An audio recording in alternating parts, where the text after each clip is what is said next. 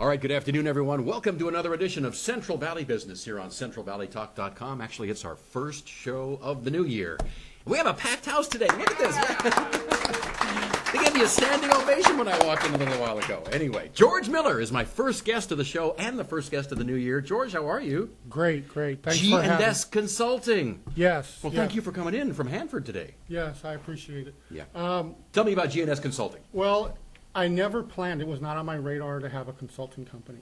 I was actually working for the state hospital, and I got offered to apply for a position out of the community college. And under the grant at a community college, since I have a degree in leadership and communication, they asked, we had to create an open source book. Wait a minute, there's a degree in leadership? Yes, organizational leadership. Organization, okay. Through Fresno Pacific, great program. What I got tasked with the leadership and communication portion of an open source textbook, and we're still trying to get that published right now.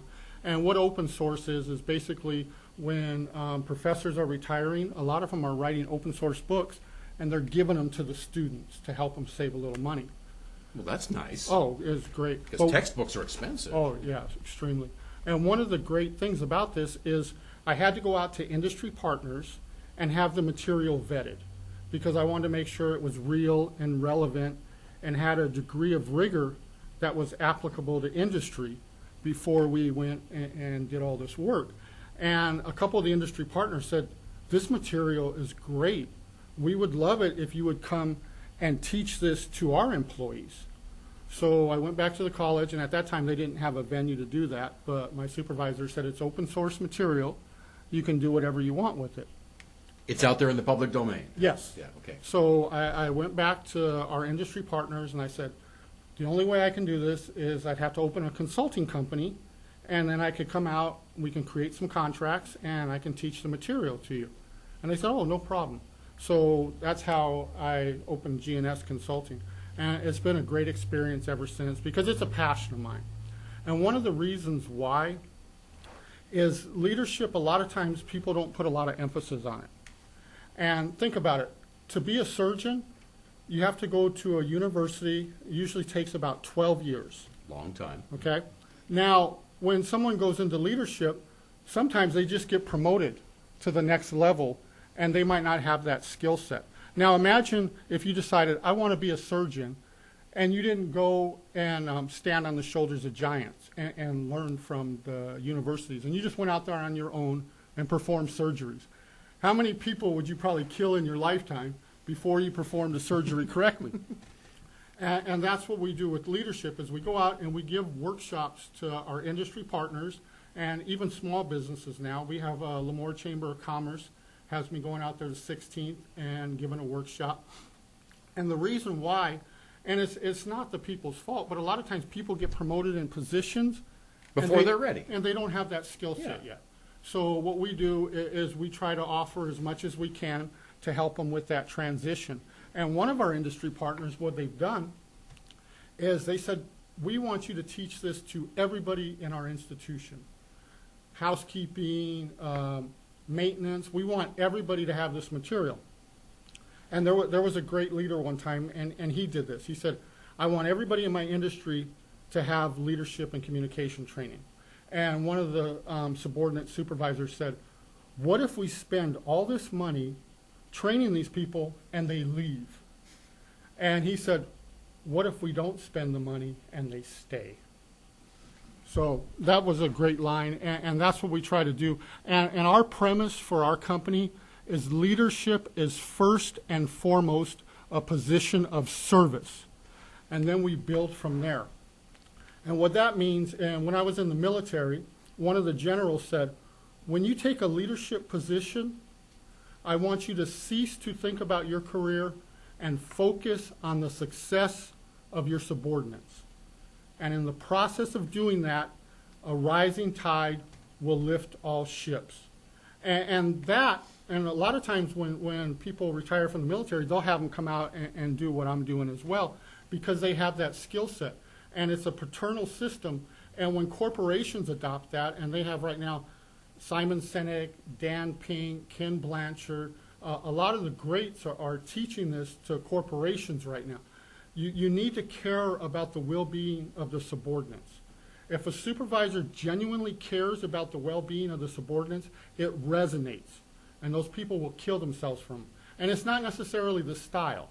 You know, people have different leadership styles. I actually worked with a guy, and he was a retired Navy chief, very, very gruff. And when people messed up, he would call them everything but a smart person. Now, I personally would not do that. My style of leadership is more coaching, but he never got written up. He never got a complaint.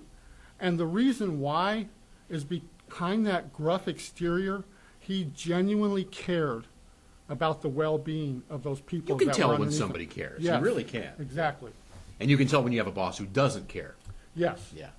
And we see this all the time. People will leave a company and go to another place to make less money if they feel like they're doing something significant. Absolutely. And makes a difference. And I'm 50 this year.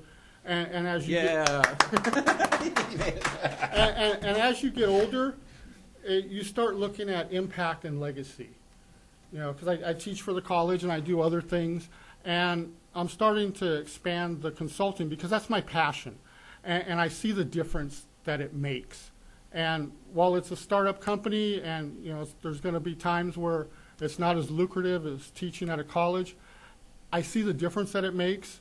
And when you wake up and you're doing something that you're passionate about, you don't dread going to work. And at the end of the day, you're not exhausted. Because I've worked jobs where you don't necessarily love what you're doing. But when I had little kids, my wife said, you know, you can follow your passion later on in life because we need meat and potatoes right now. You need to go to work. Well, she's right. And there's some truth to that. But my daughter's grown. She's married. My son manages a company here in Fresno. And so now we're at a point in our life where I can do this. And it was just fortunate that the grant opened this door and allowed me to be able to do this. So if anyone's interested, we can come. We offer seminars and workshops in Chamber of Commerce and different community venues, but we also will come out to your corporations and give presentations out there. How wide an area? I mean, you're in Hanford. Would you go to? Oh, I was called to Bakersfield? go to Salinas, Salinas last year, and great experience. And one of the things I do is on the tables, I'll just have a newspaper, and this is the icebreaker. And they have to build a bridge that will hold a tennis ball, and that the tennis ball can roll under. Out of the newspaper. Out of the newspaper. That's all they get. And one of the things that's really interesting about that is the youngsters are usually the quickest at doing it. And because when you go to a table with people that are in their 40s and 50s, a lot of times they're arguing over, I have a background in engineering, I have this, I have that. And they spend half the time arguing over who's in charge. The kids just start doing it. The kids, this is the most social generation that's ever existed. When they come together, they say we. How are we going to do this?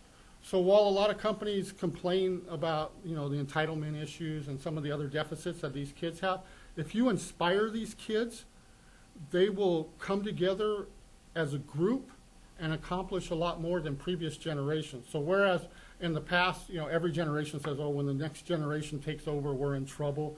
And they say that about this generation, but that's not the case. The youngsters coming up are going to be doing a lot of great things. All right. Well, how can folks reach you? My phone number is 559-309-0787. And the email I'm using, because I also have a chess company and we hold chess exhibitions, is geochess@att.net. Okay. Well, George, thank you for coming in today. Oh, thank you very Appreciate much. it. I appreciate it. And the S in G&S Consulting is your wife? Yes. Sheila? Sherry. Sherry. Yes. G&S Consulting. Yes. All right. Thank you so much. All right, thank you. All right. We'll be back with more on Central Valley Talk.